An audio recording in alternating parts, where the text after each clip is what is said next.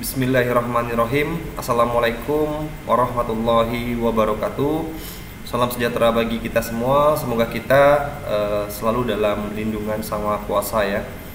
Baiklah, pada kesempatan kali ini saya akan membahas yaitu aneka permasalahan komputer dan cara penanganan masalahnya ya. Jadi materi ini ada di buku ajar ya. Ini akan saya jelaskan. Ada beberapa pencapaian ya dalam pembelajarannya. Yang pertama itu mampu memahami jenis-jenis kerusakan pada komputer, terus mampu memahami gejala-gejala kerusakan pada komputer ya, dan lain sebagainya. Di sini ada 6 ya untuk pencapaian pembelajarannya. Jadi untuk komputer ya yang kita gunakan dalam keseharian itu ada 2 kategori yang harus kita pahami. Yang pertama itu keterkaitannya dengan kerusakan hardware atau perangkat keras, dan juga kerusakan tentang software ya atau perangkat lunak. Jadi di sini jangan sampai kita tidak paham ya, ataupun nanti jika kita ada kerusakan pada keyboard, ganti keyboard, nanti dibilang harus diinstal softwarenya atau harus diinstal OS-nya. Jadi hal-hal terkecil seperti itu jangan sampai kita tidak paham atau dibodohi orang lain ya, atau mungkin nanti lagi servis ya kan, pengen ganti keyboard harus diinstal dan sebagainya. Jadi ada beberapa perangkat yang memang membutuhkan driver, ada yang cuma sekedar pergantian, tidak membutuhkan yang namanya software pendukung ya. Oke, kita lanjut aja. Yang pertama itu kita memahami kerusakan pada perangkat hardware ya. Jadi untuk perangkat hardware saya tidak perlu menjelaskan hardware itu apa aja, karena ada di video sebelum-sebelumnya. Nanti tinggal adik-adik atau mahasiswa pelajari lagi ya, atau bisa ditonton kembali materi yang sebelumnya. Yang pertama itu kerusakan pada power supply. Nah ini suatu perangkat ya, baik ada di laptop maupun yang ada di komputer, yang sangat besar pengaruhnya. Karena apa? Di saat kita menghidupkan komputer atau kita menghidupkan sebuah laptop, itu dipastikan arus listrik pertama kali akan mengarah kepada yang namanya power supply ya. Jadi kalau misalkan kita baik pengguna laptop ya, kita ada semacam baterai untuk penyimpan tegangan listriknya, tapi dipastikan power supply ini tahap awal di mana listrik itu akan masuk. Jadi kalau kita bermasalah dengan yang namanya power supply, itu dipastikan akan terjadi permasalahan juga dengan perangkat-perangkat yang lainnya. Jadi antara arus AC menjadi DC-nya atau listriknya tidak stabil, itu sangat mempengaruhi perangkat yang lain, karena dia akan menyambung ya ke perangkat yang lain. Nah, yang kita ketahui bahwa power supply itu ada beberapa perangkat yang memang terhubung oleh yang namanya power supply ya, baik itu dari bentuknya power on off ya, sebagai penghidup atau mematikan sebuah komputer, dan power supply juga yang menghubungkan ke beberapa peripheral atau perangkat yang ada pada komputer ya, yang langsung terhubung pada perangkat tersebut, seperti hard disk ya, terus motherboard ya, dan lain sebagainya. Jadi ini yang memang harus kita perhatikan yang namanya power supply ya, karena power supply ini sangat mempengaruhi kinerja dari sebuah komputer. Dan juga kita mengenal ya yang namanya perangkat berikutnya. Jadi perangkat berikutnya kita masuk ke masalah BIOS. Ya, jadi kalau kita berbicara dengan yang namanya BIOS, di mana BIOS itu adalah Basic Input Output System ya.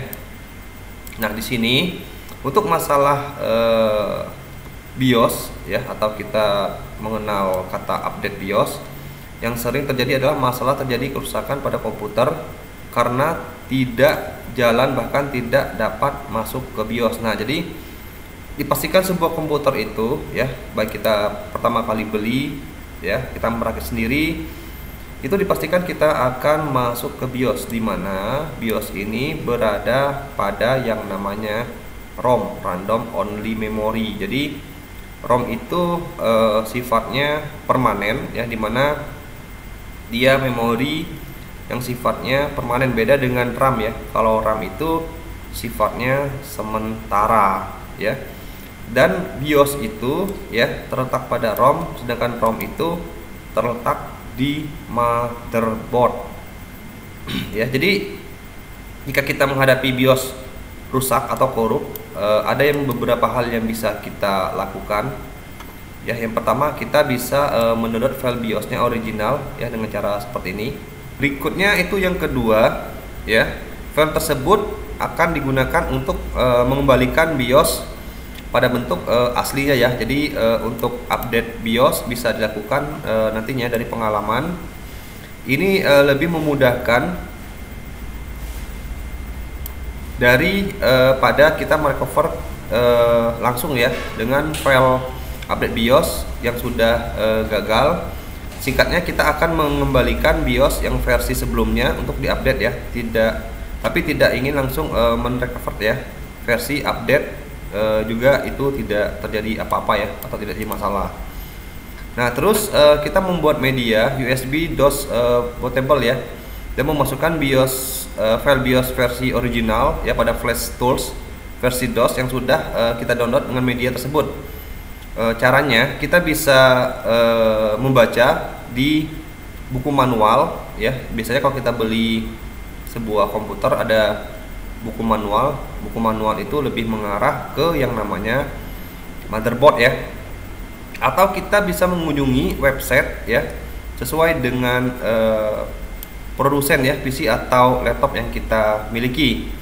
Terus lupakan Flash Tools ya versi Windows karena tidak akan bisa digunakan. Dalam kasus ini kita bisa melihat bahwa jika menggunakan VGA onboard, layar monitor tidak akan menampilkan apapun atau gelap ya. Jika menggunakan VGA onboard itu kadang layarnya akan bisa berfungsi ya. Setelah media DOS bootable selesai dibuat ya, saatnya kembali ke PC yang bermasalah. Berikutnya kita masuk kepada baterai CMOS ya. Baterai CMOS ini semacam baterai jam ya, tapi biasanya dia bersifat haus ya. Memang masalah waktu ya, atau masalah umur. Di sini kita bisa lihat masalah ini sering timbulkan ya dari munculnya pesan CMOS seperti ini ya, atau baterai low. Nah, ini biasanya kita tinggal menggantikan baterai CMOS tersebut ya jika sudah tidak normal lagi ya. Berikutnya kita masuk kepada kerusakan motherboard.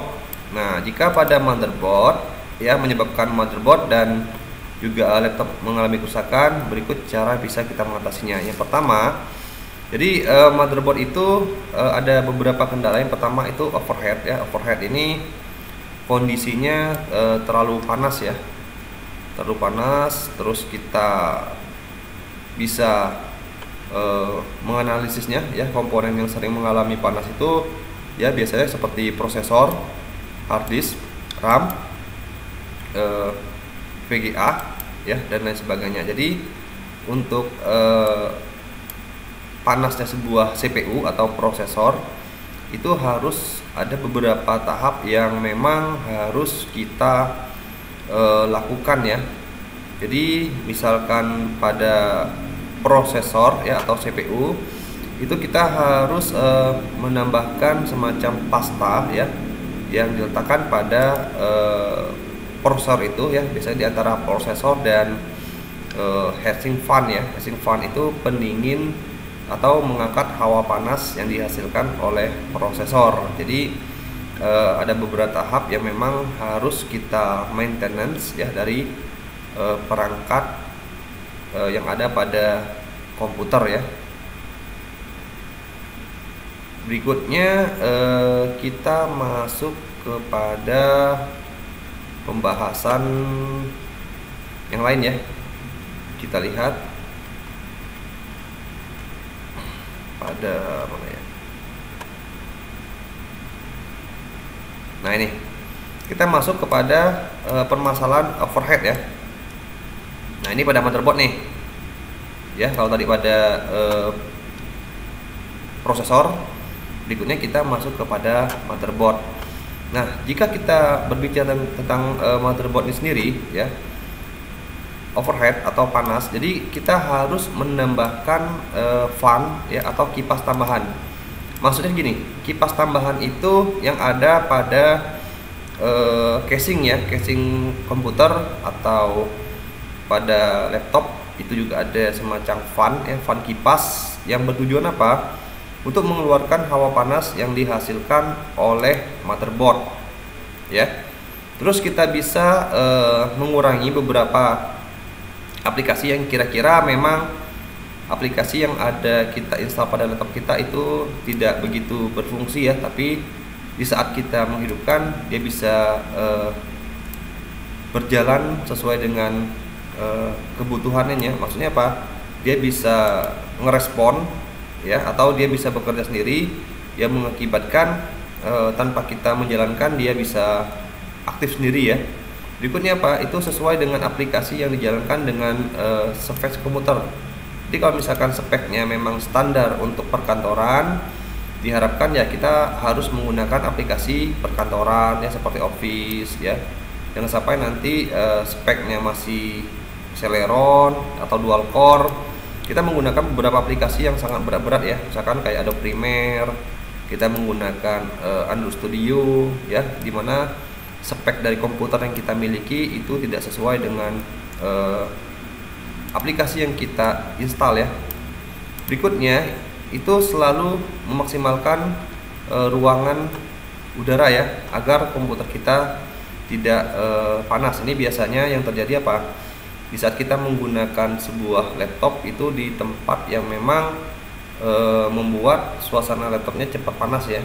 Biasanya di kasur, di atas kasur gitu ya, di atas bantal, itu biasanya yang sering dilakukan. Nah itu dipastikan laptop itu cepat panas ya, karena sirkulasi dari udaranya itu tidak bisa keluar ya atau mengendap. Nah itu yang terjadi apa? Jika kita membongkar PC atau komputer, baik itu laptop, itu motherboardnya biasanya banyak debu-debunya ya.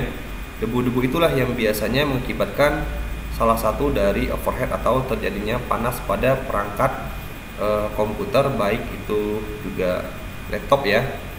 Oke, demikian penjelasan yang bisa saya sampaikan. Insya Allah nanti ada kelanjutannya ya, materi tentang aneka permasalahan ini untuk komputer dan cara penanganannya. Saya mohon maaf jika ada kesalahan atau proses penjelasannya kurang memahami. Saya akhiri sampai di sini. Wabillahi taufiq wal hidayah. Wassalamualaikum warahmatullahi wabarakatuh.